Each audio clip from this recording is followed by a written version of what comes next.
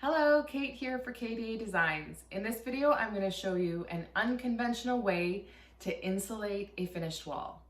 I've done this to quite a few walls that are on the outside of the house because I know 100% my house is not insulated properly. I've opened up a wall and I've seen the inside and there's hardly any insulation in there. And B, I can feel drafts quite a bit in the winter. So this has kind of become my solution without ripping down all the drywall.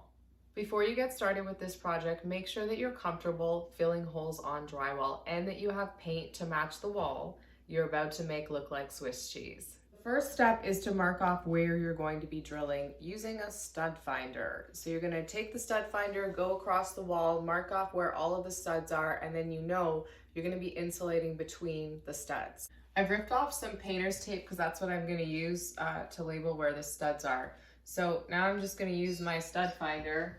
I'm going to start from this side of the wall and work my way across.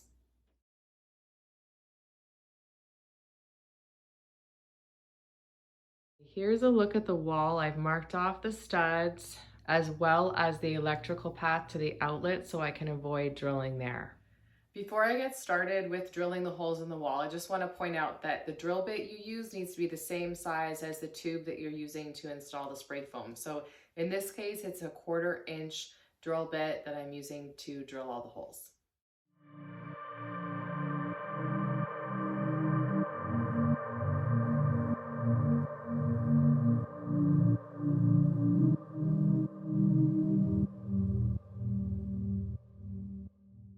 Now that I've drilled all of the holes, I'm going to start spray foaming. To get the spray foam can ready, you need to take off the lock on the applicator, and then you're just going to push it on top. Sometimes there's a screw-in method.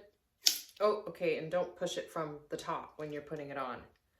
And then you're going to shake it a lot.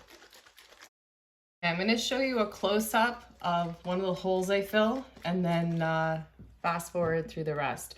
So you're going to just put the tube into the hole until you know it's past the drywall point, and then you're just going to let that flow.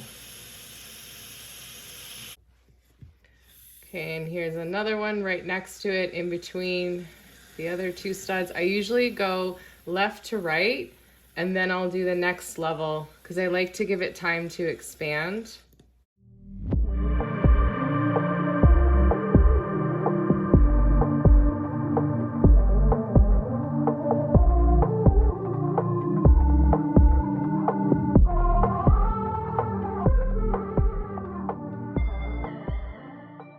This is the following day. You probably don't have to wait overnight, but at least 3 to 4 hours, and make sure that the foam is firm to the touch. The rest of this is pretty straightforward. You're going to want to scrape off the spillover of the foam.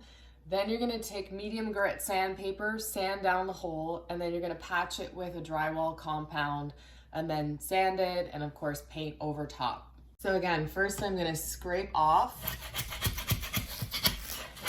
the foam.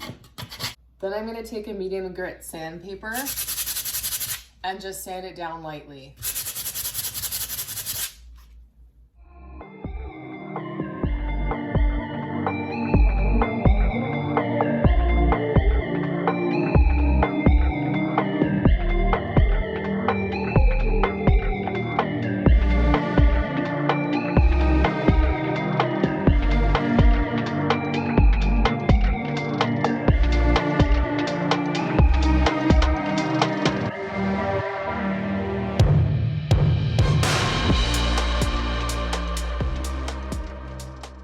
You found this video helpful. If you did, make sure you hit that subscribe button down there.